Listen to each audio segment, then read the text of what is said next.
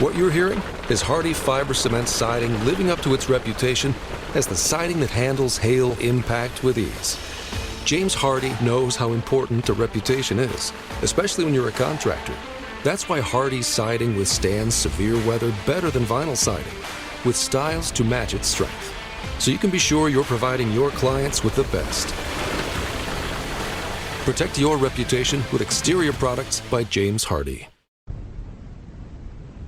The CBS Radio Mystery Theater presents...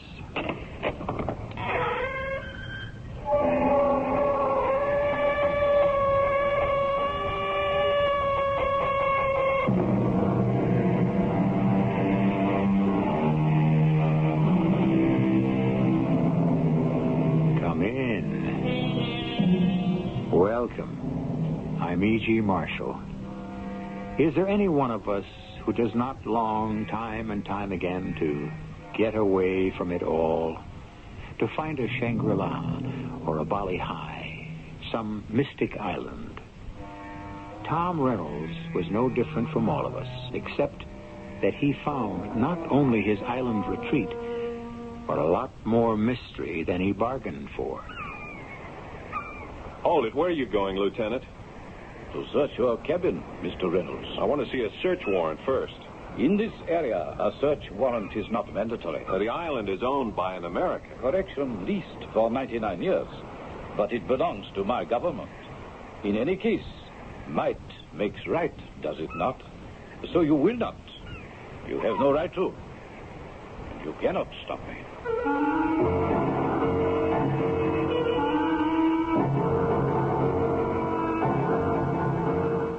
Our mystery drama, The Magic Key, was written especially for the Mystery Theater by Ian Martin and stars Paul Hecht. It is sponsored in part by Contact, the 12-hour cold capsule, and Buick Motor Division. I'll be back shortly with Act One.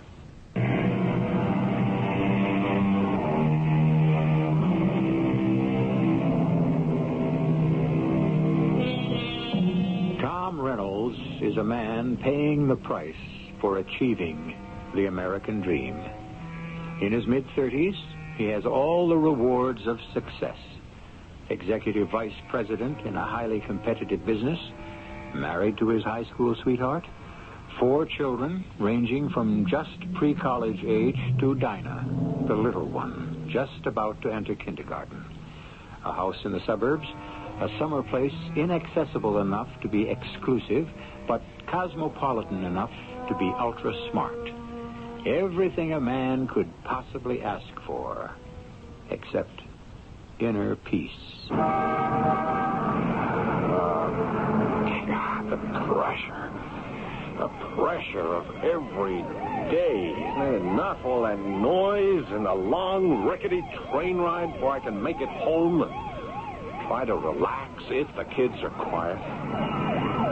I just can't take it anymore. I wish I could fill my ears with wax like Ulysses did for sailors, or blot out my brain with some non-drug that gives a man release without bad after effects. And more, the nearest thing to that is Benny's Compound, the quietest bar in New York, dedicated to men like me who seek escape in controlled but dedicated drinking. Hey there, Tom. Hey, Josh. You ducking the 454, too? Yeah, I couldn't face it tonight without some inner fortification. Grab the 525. Yeah, me too. I thought nothing got to you psychiatrists. If we weather the patients, there's always other psychiatrists. You mind if I join you? No, be my guest. But the way I feel, you could turn out to be my private shrink. Oh, perish the thought. I value our friendship too much. Well, you won't be able to unless I get away from this rat race. Whew, I'm coming apart at the seams. So, what do I do about it, Doc? You, get away from it all. Oh, well, that's a lot of help. So the family moves to Martha's Vineyard for the summer, and I finally kill myself off making the extra commute to be with them weekend. No, that isn't the idea. I mean, really get away. Oh, where? Would you believe it that I have an answer? Bat Island. Bat Island? You gotta be kidding. Oh, I didn't make up the name. There aren't any bats there I know of. It's just some old sea dog thought it was shaped like a bat. Yeah, well, where is it? What is it? That's a good question, so I'll give you a good answer. It's a sandbar in the Caribbean with some lovely vegetation.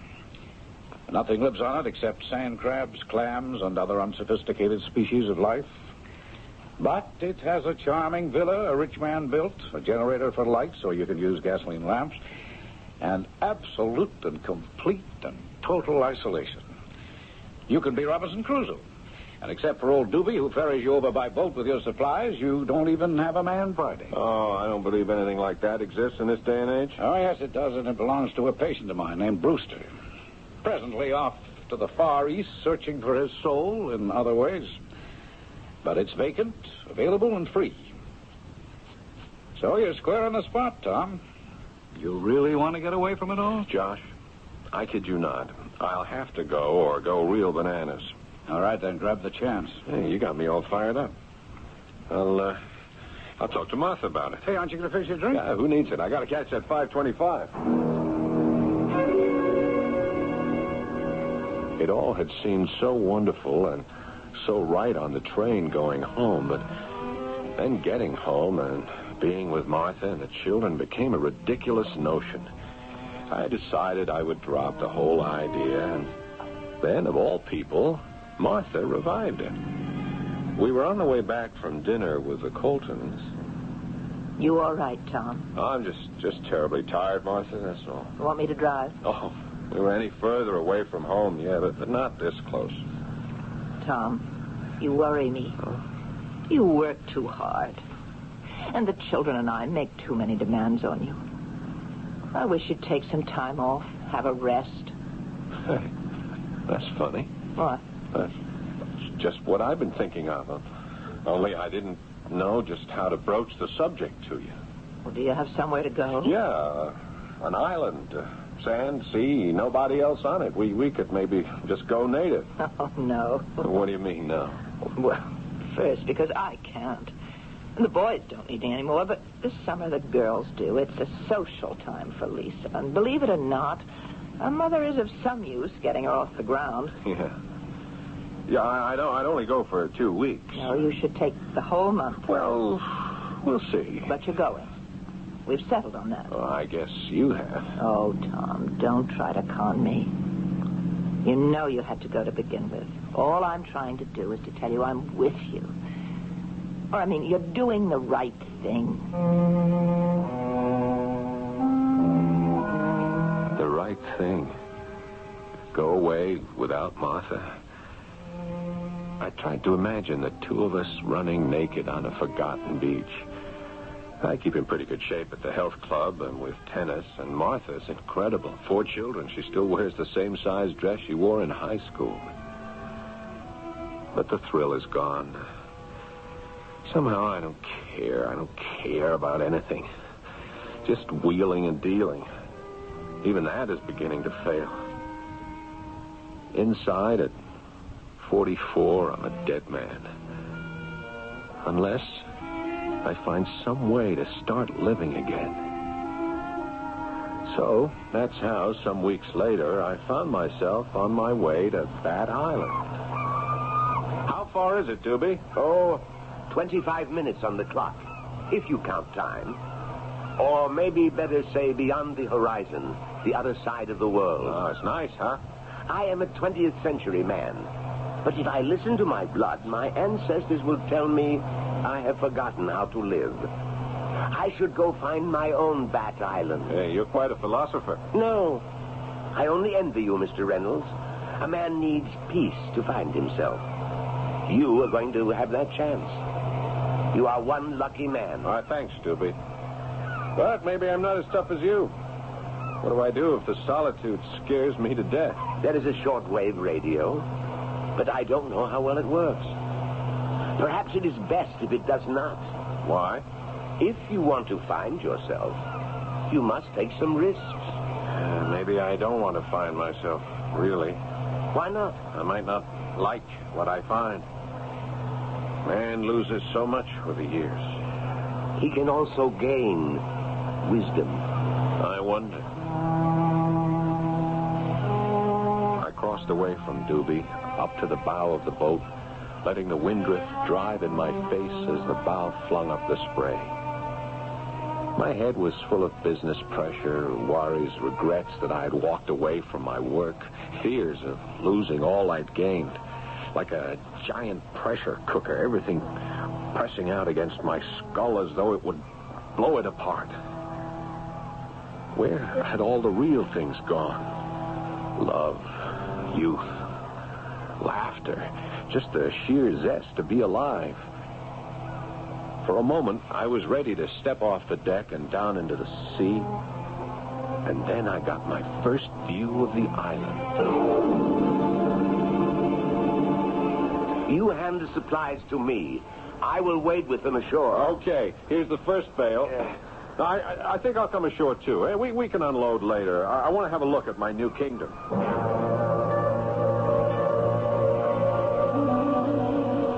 The house was small. 2 bedrooms, a cozy living room with a fireplace, an amazingly efficient kitchen, and a huge porch or lanai that fronted on the sea looking off to the west. The island itself was a semi-tropical paradise.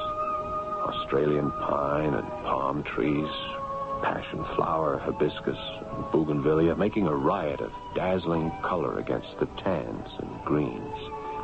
Even a small and incredible stream that welled up from a spring down from the volcanic hill that rose in the middle to make the body of the creature from which it took its name.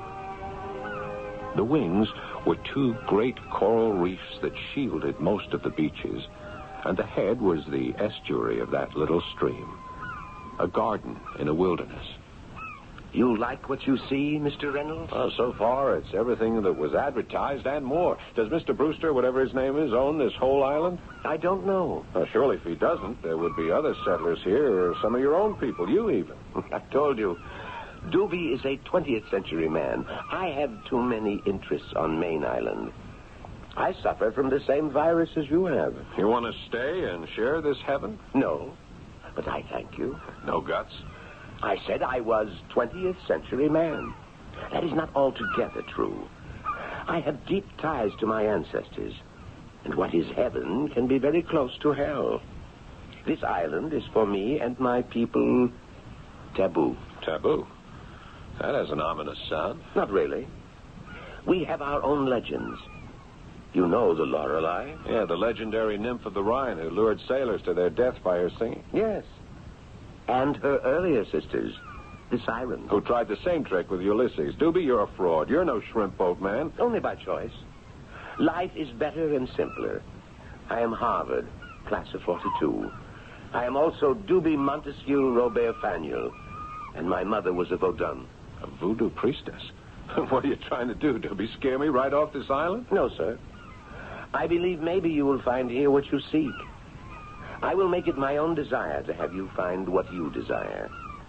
But do not be surprised at anything which might happen here. This key is an island of powerful magic. And now I must go before the dark comes. Doobie, incredibly tall and straight, the color of mocha, not a hair grows on his head.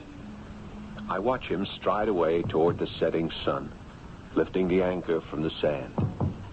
He wades to his boat, and in one easy, graceful movement, pulls himself aboard. He starts the engine, and incredibly quickly, the boat has melted into the twilight, and I'm alone. Suddenly, it's very cold, and I go to bed.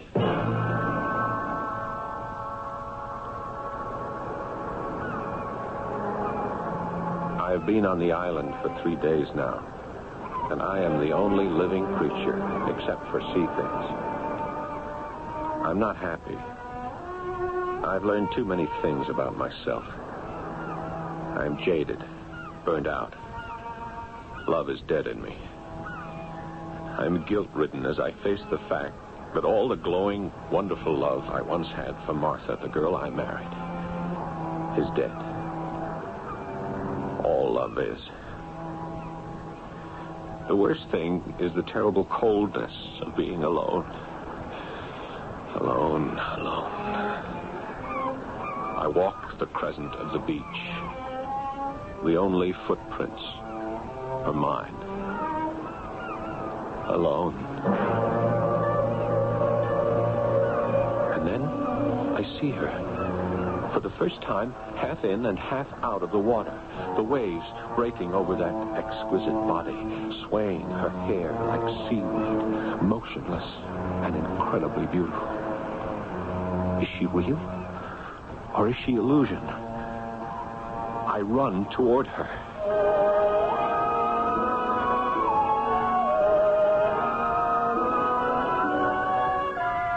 So, there is a stranger in paradise. But is she alive or dead? Which is a speculation that seems obvious and simple enough on the face of it, but which is actually amazingly complex, as you will begin to discover if you return with me shortly to Act 2.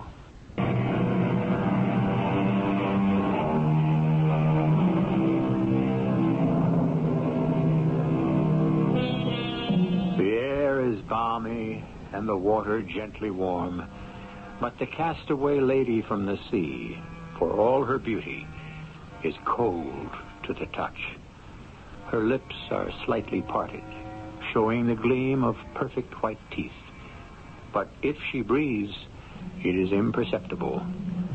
There is no mark of violence on her flawless body, and not one stitch of clothing. Tom tries to revive her with artificial respiration, then mouth-to-mouth resuscitation, then finally picks her up and carries her to the cabin, wrapping her warmly in blankets and trying to make use of the shortwave radio. This is call letter XLB 59er Bat Island on emergency frequency 268. Do you read me? I need medical help. I need help. Asking for help for me. I don't need it or want it. Hey, you mean you're all right? I'm fine. I thought you were... Hey, let me shut this off. Is there anything I can get you? There's something to drink, please. Some water, please. Oh, sure. Here we are. Oh, thanks. Oh, that's good. You have some more? Yeah, sure. All you want. What can I get you to eat? Some eggs? I have all kinds of frozen meat, a veal steak, chops, pork. No. Do you have any fish? I have a bucket of clams I just dug. Want me to steam them for you? No, fresh. Just as they come up from the sea. Coming right up. Hey, look, you sure you should be eating anything? I mean, let me try to raise a doctor on the radio. No, that's no use. Well, what do you mean, no use? I don't need a doctor, and the radio won't work. How do you know? Well, you tried it, didn't you? Yeah. It doesn't work. Yeah, but I'm not accustomed to using it, and... Are the clams ready? Have you opened some clams? Yeah, sure. Here. Let me get you some lemon juice, some Tabasco sauce. No, nothing. I just want them the way they are. Fresh, living, straight from the sea. There was nothing dainty about the way she ate those clams. This lovely, delicate woman wolfed them eagerly, voraciously, as fast or faster than I could open them, licking her fingers after each with hungry enjoyment. The color was returning to her cheeks, and her eyes were shining now. They were a deep, deep sea green, and big enough to drown in. Well, that's the last clam in the batch, lady. You want some more? No, thanks. But you saved my life. I was ravenous. Oh, I feel so sleepy now. Hey, wait a minute. Before you go to sleep, don't we talk a little first? About what? Well, it isn't every day I discover the most beautiful woman I ever met in my life just washed ashore in the altogether and lying as if she were dead on the sand. Where did you come from? I don't want to answer that. Why not? Oh, for sufficient reasons. You called me and I came. I called you? What does that mean? It isn't time to explain yet. Yeah, but what am I supposed to do with you? Don't I notify someone where you are, that you're all right? No. Well, you must belong to someone. There must be someone looking for you. For this while, I belong to you.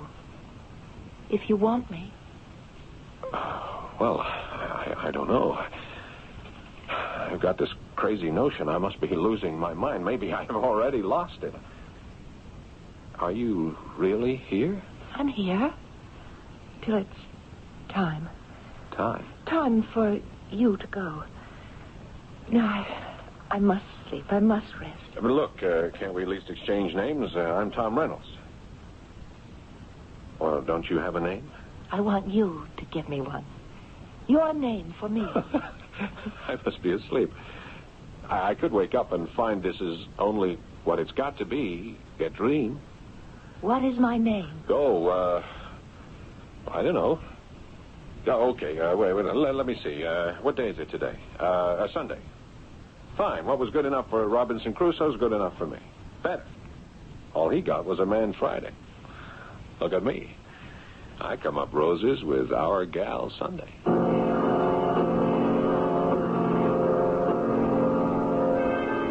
She was asleep before I remembered faintly that somewhere, once, there was a radio program called Our Gal Sunday. I'd have taken the name back, but it was too late. So, Sunday she became. And like the day itself, the Sabbath. It became a sort of gateway to heaven. The next few days, how many? Gee, I don't remember, were peace and joy, and I was in the Garden of Eden. As long as I didn't ask questions. We'd walk and wade and swim, and she'd tell me things about sea creatures. Her knowledge was encyclopedic. This time of year, the tides are particularly low and high because the moon and the sun are directly in line with the earth. So at low tide like this, you can see a lot extra. What's that seaweed on the rocks? Well, this is rockweed, Uh-huh. but this is sea moss, and the long, lovely flowing green is sea lettuce. Could you eat it? Of course. Everything under the sea can be eaten, but some things only if you know how. Oh, come on. Let's swim. Then we'll lie on the beach. She swam like a fish. I never could keep up with her. And it seemed at least half the time she was under the water. When we lay on the beach, the sun and the wind dried me in moments. But I would glance over at Sunday, and that glorious body never seemed to lose the sparkling sheen of the water, almost as though she had some quality in her skin which preserved the droplets, so that she wore them as an opalescent dress. And then the inevitable interloper came to our paradise. We had been swimming together that morning far out towards the reef. Look, Tom. Where? Out, beyond the reef. Dolphins. Yeah, crazy. Whole school of them. How would you like to ride one? What? Sunday? Who are you? Who are you, really? What are you? Why must you keep asking? Because you can't be real. Jeez, how would I like to ride a dolphin's back? You could do that, couldn't you? Well, anyone can, you know. Under the right circumstances. What circumstances? Seaplane. Where? Can't see it yet, but it's coming. Oh, don't let them know I'm here. Not yet. Sunday! Sunday! I went down into the green depths after her, but clear as the water was, I could see her nowhere. I couldn't stay down long. I wasn't in that good condition. I kept surfacing and gasping a breath and then diving again and again and again. Nothing. By the time I was so completely winded that I knew I couldn't dive anymore. So I surfaced for the last time. The seaplane was veering away from the island. I lost it in the sun. Not that I cared about it or anything at that moment. And then I looked at the shore, blinked the sun dazzle out of my eyes. Climbing out at the beach was Sunday. And heading for the cabin, I started to swim ashore as fast as I could.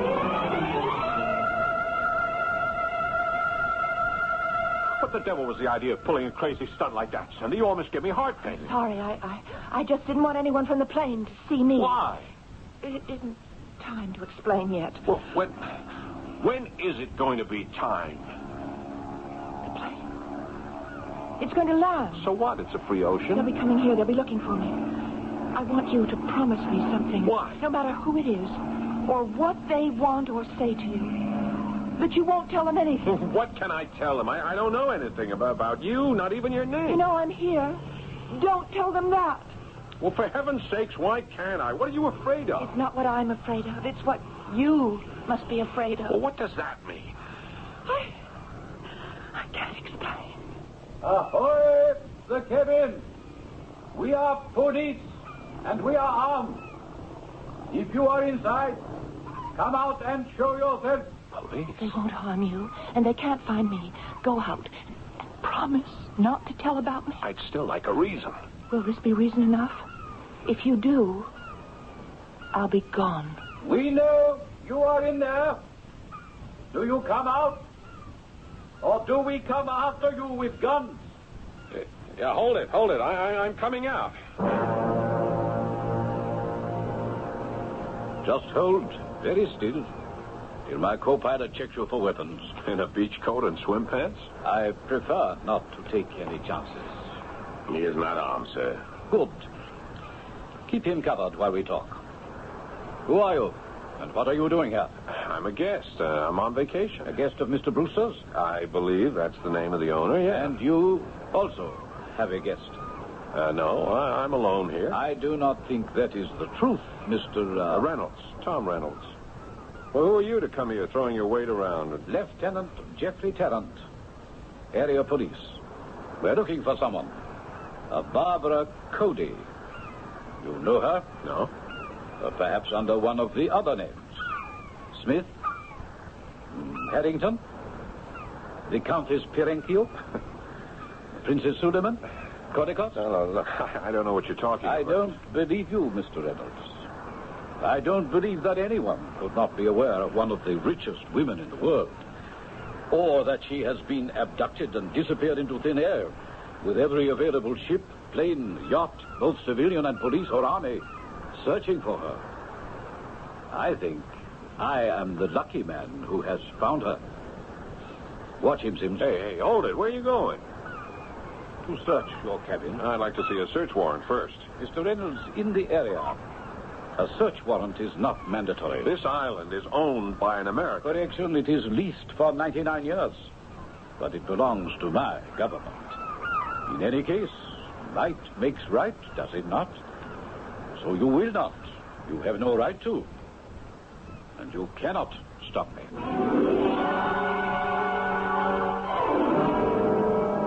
Under the circumstances, Tom Reynolds is powerless to interfere. And all the warm glow of happiness and freedom and peace that has been banishing his shattered nerves, and the feeling that he had died inside, turns cold with fear. One way or another, it looks as if he is to lose this woman who has become all his life. This woman who either has no name or far too many. I shall return shortly with Act 3.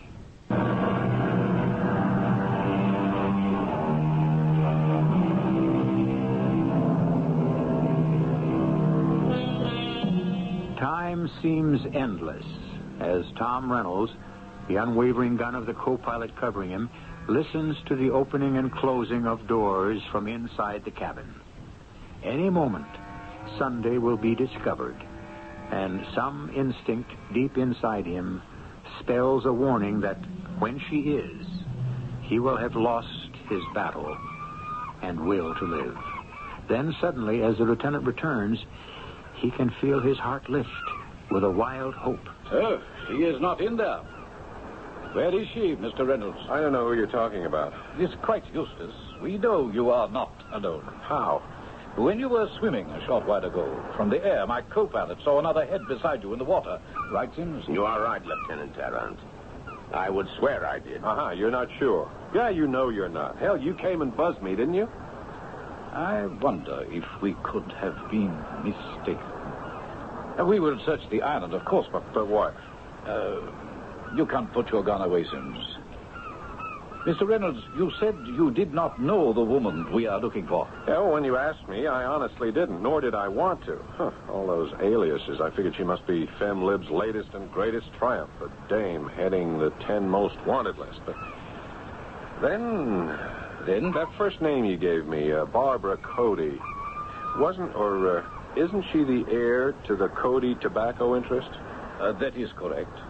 And some feel, after at least the last 3 of her husbands, almost certainly the richest woman in the world. Yeah. She's about what now, 26?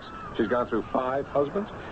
She doesn't seem to have much luck with her men. There are many who say they are the ones without the luck. Your American press have given her a name taken from her natal one, Barbara Cody. The beautiful Barracuda. Yeah. That's probably because she doesn't like photographers. Isn't she always smashing cameras and suing the men behind them? Yes, correct.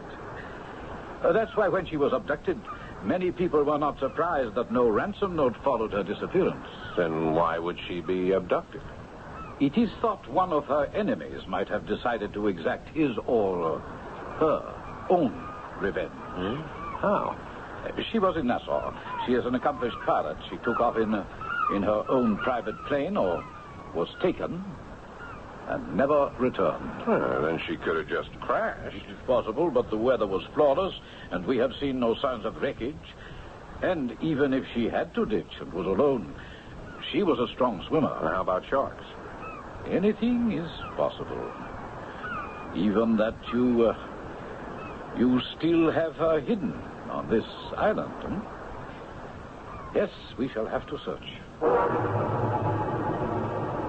I spent the rest of the day chewing my thumbs, and whenever I was out of sight of the police, doing my own searching. We both came up empty-handed. And finally, with many apologies, the lieutenant was gone. I was alone again in paradise, which, all of a sudden, was a tomb in which a dead man lived, the promise of joy snatched away from him by unlucky coincidence. Or was it coincidence? The sun was settling lower and lower as disconsolately but compulsively I roamed the curve of the beaches, calling her name, and answered only by the mocking seabirds. And then, suddenly and incredibly, walking out of the sun, and as if on top of the surf itself, was Sunday. Sunday! Sunday! Mom! Oh, I thought I'd lost you. I don't know what I thought. That you'd carried out your threat. My threat? If I told about you, you'd be gone. But you didn't. No, of course not. But they searched, and you were gone, and I couldn't. Oh, how did you get away? Oh, my darling, learn to accept what is. Forget the past and the future. There's still time for us. Do not do anything to lose a minute of it. For the moment, having found her again, I could promise anything. But with morning, lying together in each other's arms, the sun drenching the world with light, the questions came back. I told Sunday all about the lieutenant's visit, what he had told me, and I tried to face her with the need to end all the secrecy. Do you really see me as a spoiled heiress, gobbling up men like small fish, slashing and wounding with my teeth like your Lady Barbara? The Barracuda. No, but come on, face it. It is quite a coincidence. You think that I plummeted into the sea, either pushed out of a plane or because I decided to end it all, and by chance got washed up on your island? Well, where else did you come from? Maybe from sea chambers, buried in the ocean's depths. My hair spun from glittering rock spume where the waves break. My sisters, Sylvans and Sylphs. And perhaps I am the one called Undine. Did you check me very carefully to make sure that, like the sailor's mermaid, I was not half fish? Well, I know that isn't true. But how can you be sure that I'm not Undine? Wouldn't it be really terrifying Why? Because I could be that most terrifying creature spawned by the sea, the woman temptress with no soul, who could only find one by stealing it from a man. You want me to be Undine? No, but... Then ask no further questions. Let us make the most of the time we have left.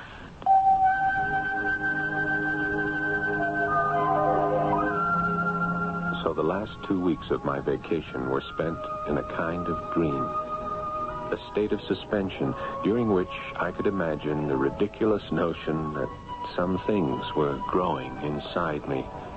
The way perhaps a woman carrying a growing child might feel.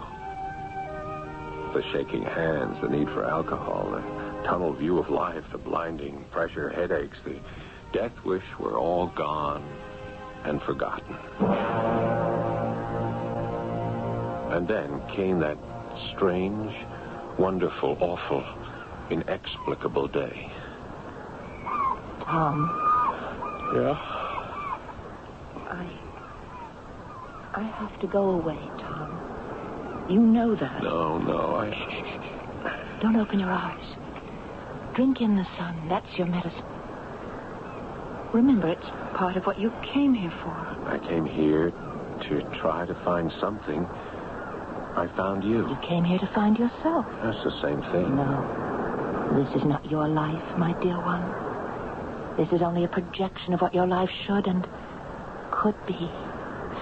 Remember the legend of Undine and her sisters. They were born with no soul, and the only way they could find one was to marry and bear children for a mortal. What has that to do with us? You are married.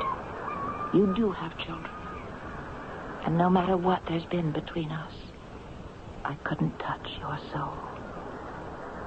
I told you long ago that I would be here until it was time for you to go. The time is now. No. I stole as much of you as I dared, but I couldn't steal your soul. When you came here, you were like me, empty and lost inside, and all I could bring you from the sea was enough to fill up that emptiness, to give you back your soul. Your soul and your hope for the future.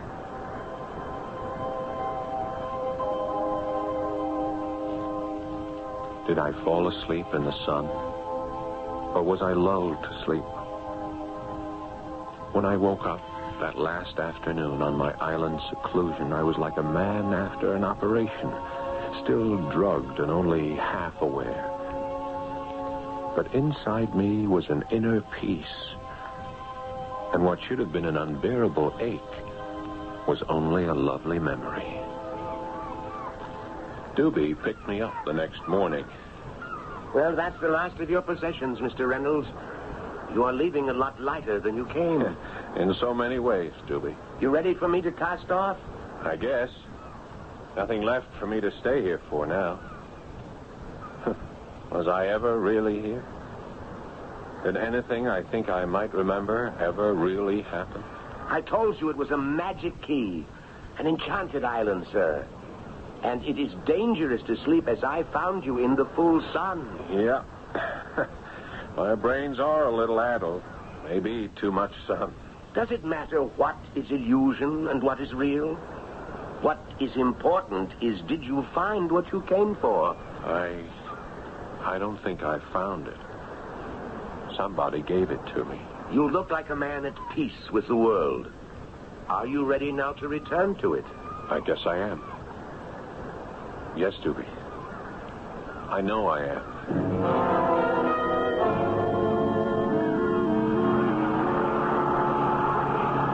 Here we are at Main Island, sir.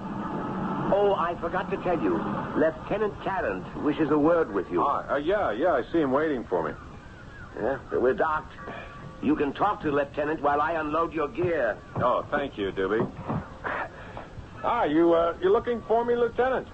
I have been waiting, yes, Mr. Reynolds. Oh, excuse me. I guess I should say Lieutenant. It is of no importance. What is that I owe you an apology. Oh. The lady I questioned you about. We found her this morning. You found her where?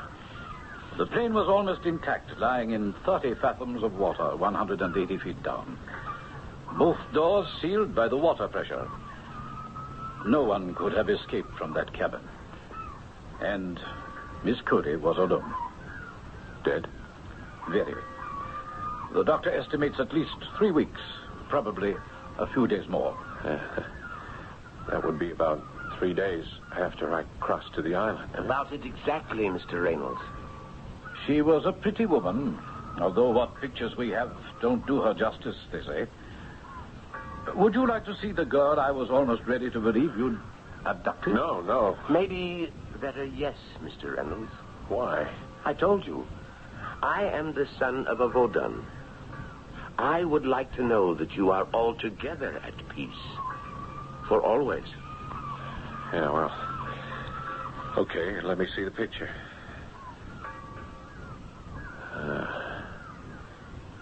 Yeah, she must have been a very pretty woman when she was alive. But now she's dead, huh? Completely dead. So, everything is ashore, Mr. Reynolds. Time for you to go. So it was all over. The picture. Perhaps. Perhaps not.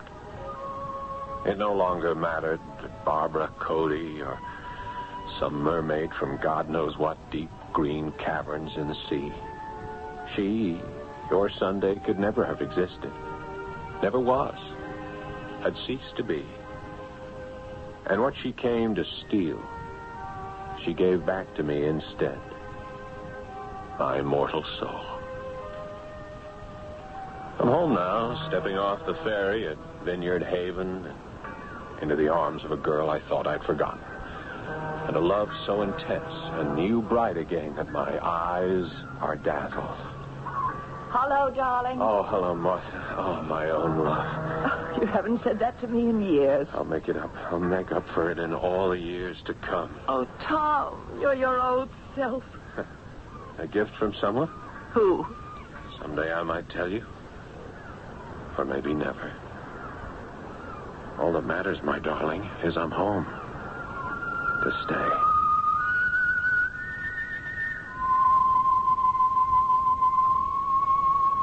A strange, complex, tender story with no answers except the last. Who stops to question miracles? And who really wants to know how an illusion is achieved? Once you know the mechanics, the magic is gone. I'll be back shortly.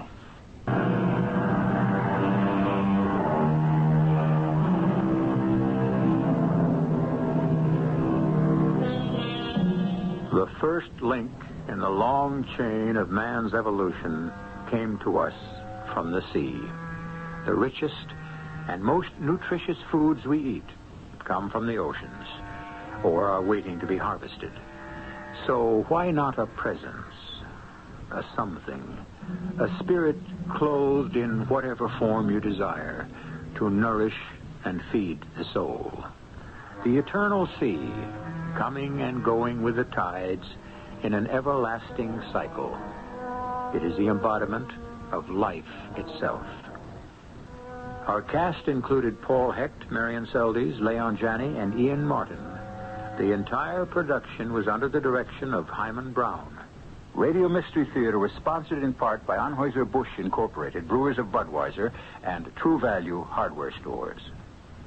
This is E.G. Marshall inviting you to return to our Mystery Theater for another adventure in the macabre.